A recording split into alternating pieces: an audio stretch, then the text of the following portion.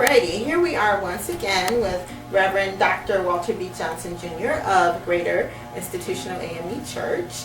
And as always, he has given us a very spiritual and very realistic moral background as to some of the reasons why things are taking place in the secular world. And we're appreciative of the information that he's given us. Right now we're going to take on a couple of more questions. You don't mind, do you? No, ma'am. Right ahead. All right. Okay. So, with so many divorces and single women parents in the African American community, are black men less equipped to raise their families? I cite Huffington Post just because I tweet a lot, and when I'm tweeting, Huffington Post gives me the most relatable issues according to what my concerns are. It doesn't mean that I agree or disagree. It's just that I'm just quoting them because they're a source. So one of the sources, again, Huffington Post, their segment Black Voices, they cite the issue for divorce as being education. So what do you think of that? I would say a couple of things. One is that we know that sadly, unfortunately, overwhelmingly, many African American households are headed up by females. Not to say that women cannot do a marvelous and magnificent job. They do. The challenge is, where are the males? In some instances, those males are not there for a lot of variety of reasons. Sometimes incarceration, sometimes other challenges, situations that have caused them to leave the household. And so the females have had to take on that responsibility of raising the family, etc., and so forth. And so it's been also part of the social malady in the black community. You can go all the way back, and I think about it clearly, with Claudine, the movie with Diane Carroll, years ago, and James Earl Jones, where that whole movie depicted an African American female who was living in public housing, and the whole thing of getting the male out of the house. That still is part of what's happening today, where we went through the period of the 60s and the 70s and the 80s, even with public housing, where persons were not allowed to be in the house. They had, in order to be able to maintain and be living in public housing and also get, Section 8 and get, whatever kind of subsidy or food support or whatever the case may be, the male couldn't be in the house. So that has allowed for the kind of things that are happening in terms of I want to call them maladjustments that are taking place in our community, that says the male doesn't necessarily have to be there. Now, he can come and sleep over at night, those kind of things, but in terms of him actually physically being there to be able to take care of his woman or his wife or his family, that has been devastating to our community.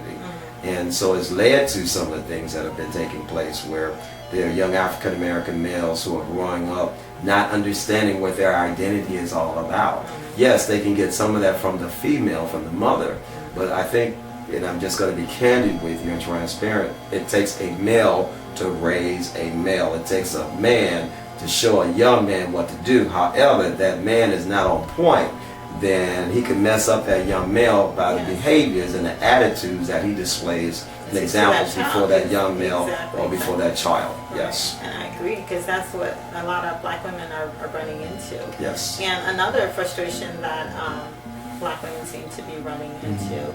And when I say that, I want to speak for myself and other black women that I may have spoke to about these matters.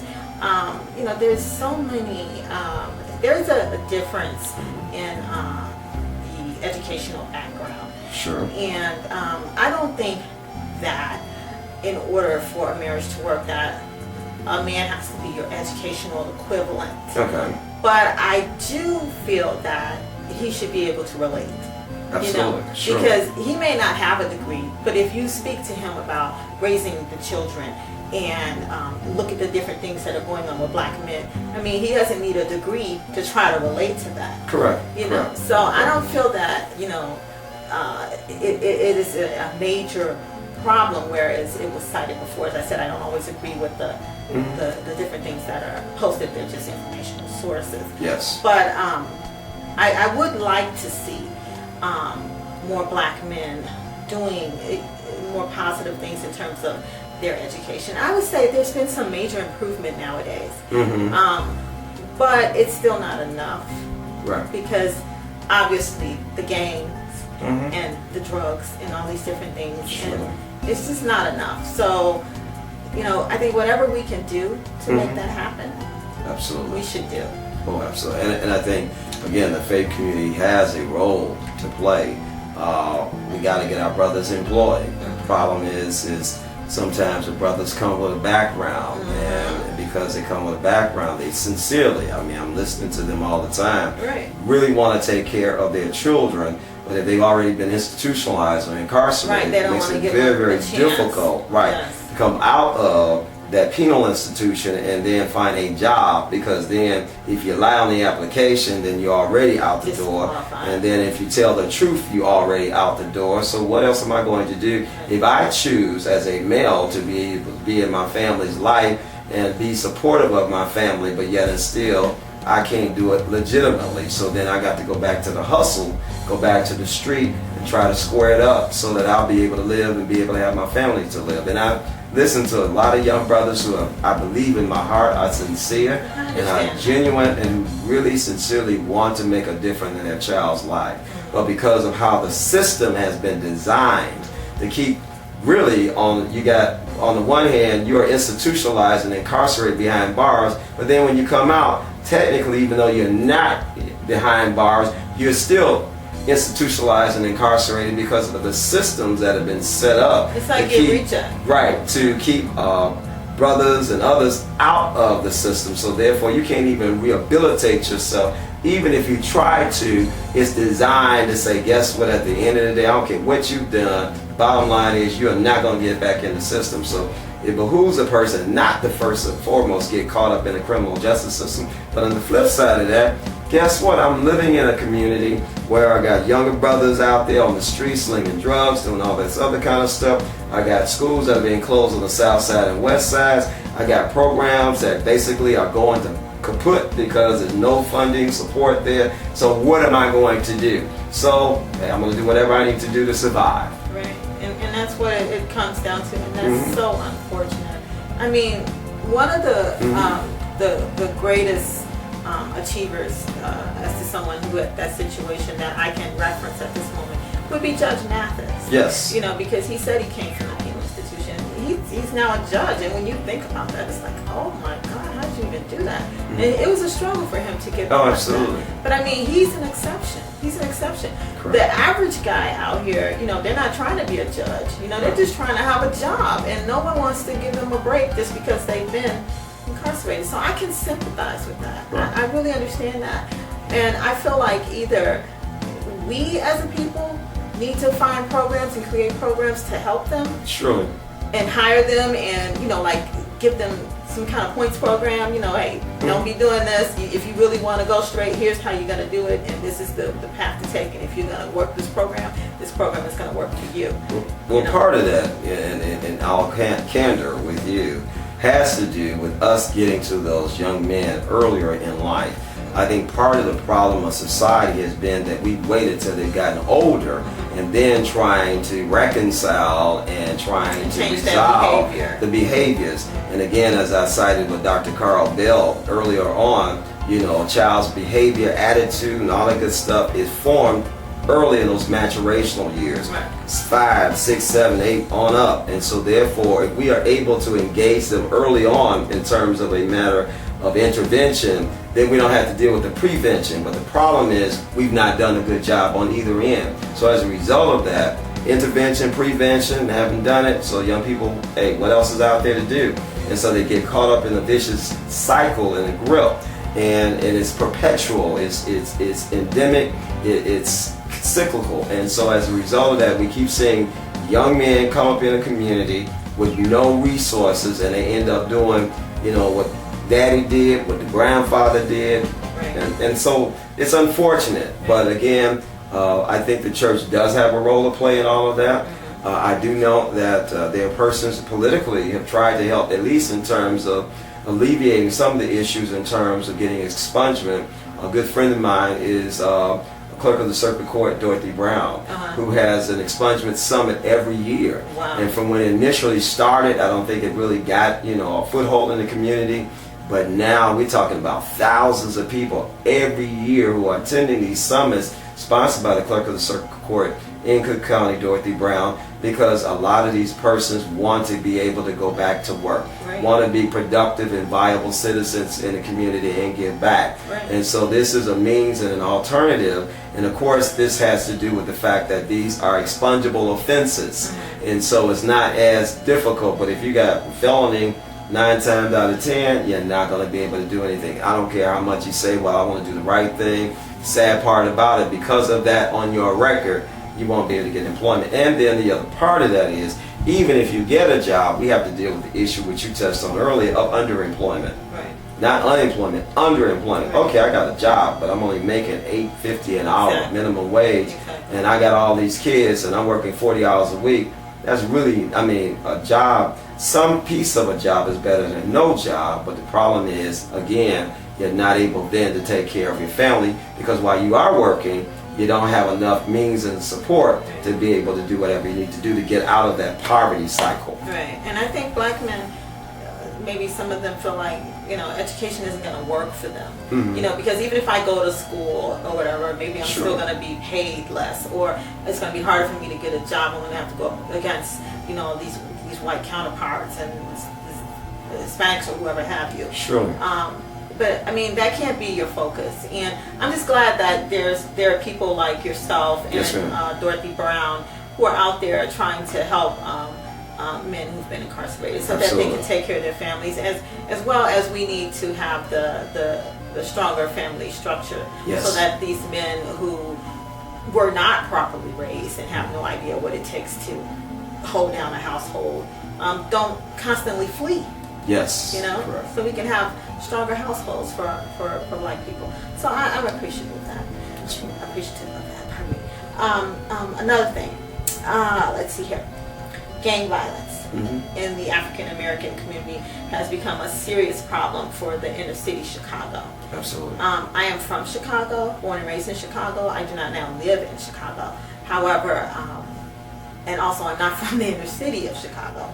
And that really makes a difference, because I have people, they'll say to me, oh, don't you know so-and-so such and such a place? And they'll say, well, you're not from Chicago, are you? And I'll say, yes, I am. But I'm from 130th, that area. So I'm further in the suburban area, which was still considered Chicago, but it was more suburban than it was Chicago. Correct. So I still, have an affinity for my hometown.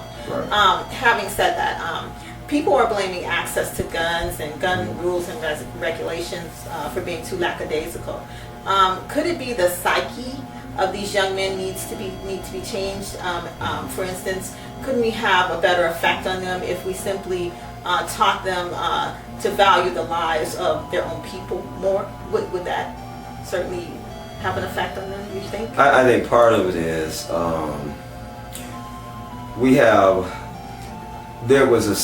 I remember in New Jack City, that was the character at the end said, you're killing your own people. And that stuck with me, that statement that he made to Wesley Snipes' character. The problem is that we don't, and I've said it actually from my pulpit, that we as African American leadership have to address that. No one else will. That we are killing our own people. Our young people are killing other African Americans. What other folk tried to do in the Middle Passage, what other folk tried to do during slavery, and they could not kill us off. And the sad part about it, we get to this time in our history and we're doing it to ourselves. And the sad part about it, there used to be a quote-unquote gang code where the older heads of the gang were in charge, and the younger folk who were supposedly renegades or whatever you want to call them, they listened to their elders.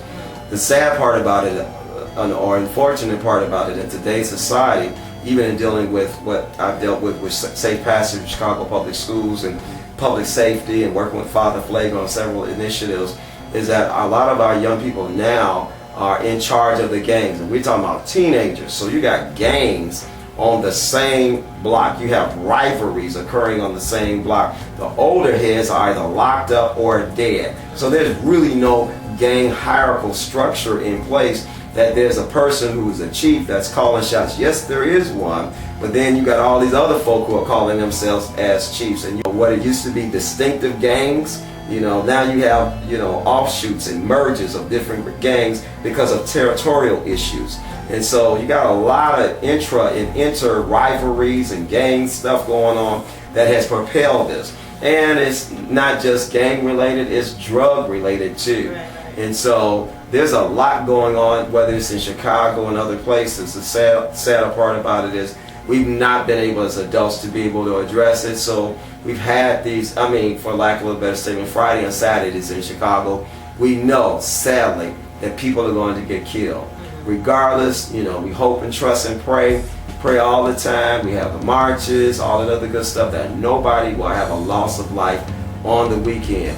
But especially when it's hot outside, Friday and Saturday nights overwhelmingly are nights when folk either are injured or killed. And the sadder part even is that now these young people don't even have no respect for themselves, but not even respect for adults, but even for babies and children. Right. Because it used to be back in the day, yes, young people will take each other out, adults will take each other out, but now we got younger guys out there shooting indiscriminately and targeting other folk, but in the targeting, they shooting at babies who have nothing to do with any of this stuff going on. So the sadder part about it is only happening in our community.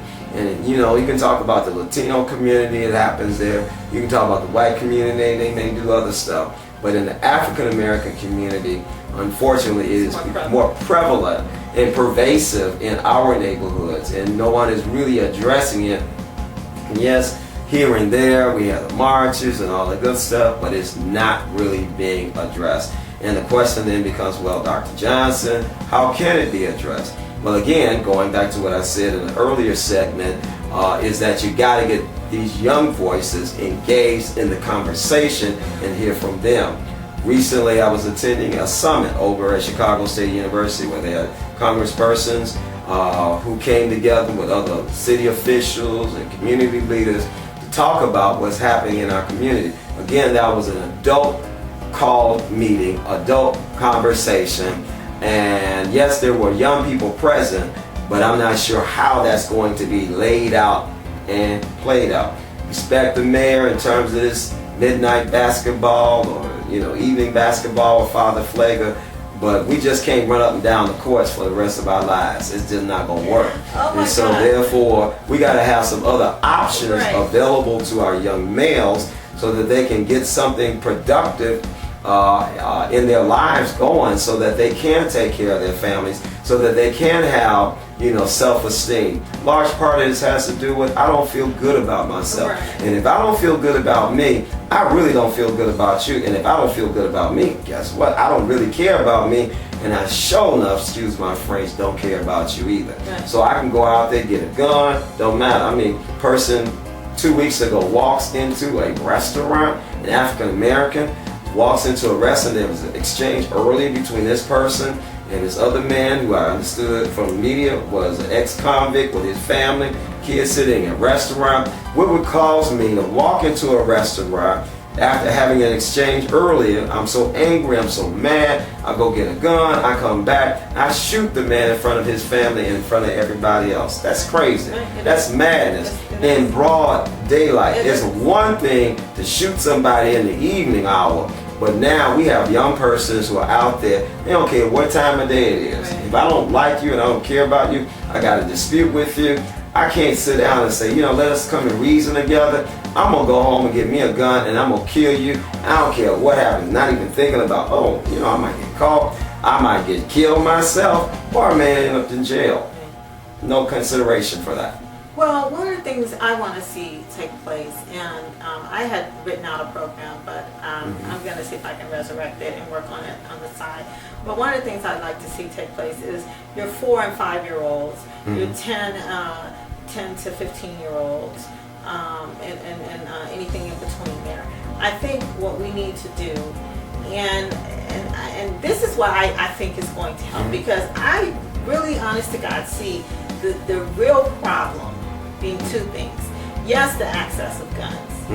Yes, the gun rules and regulations. But also the fact that the value of oneself. The people are not, these children are growing up and they are not valuing life. Not just black life, but other people's lives as well. I mean, I love my people, but I don't want my black people going into some white neighborhood shooting up white people just because, oh, I ain't got a job. You know, that's not going to solve the problem. Correct. You know, so I want to see programs where we start to teach children in depth about the value of life. Right. From an animal to an insect to an embryo inside of a woman. I mean, whatever have you. I mean, there's just not enough of that taking place with our people. And I feel that if we start to do that now, when those children start to become those teenagers, surely they'll have they'll have more empathy. Yes, sir. I think, and that they'll be more inclined to at least think twice, you know, about what they're doing. And also, you know, putting more activities in the community and making things affordable as well as accessible. In a poor neighborhood, the best price is free. You know, it's not $5 and $10 or whatever have you. The best price is always free. But I mean, we can't always give a handout either. Sometimes people just have to understand, do what it takes to get the job done. Just do what it takes, you know. So that's one of the things I'd like to see happen in the community. Yes. Yeah.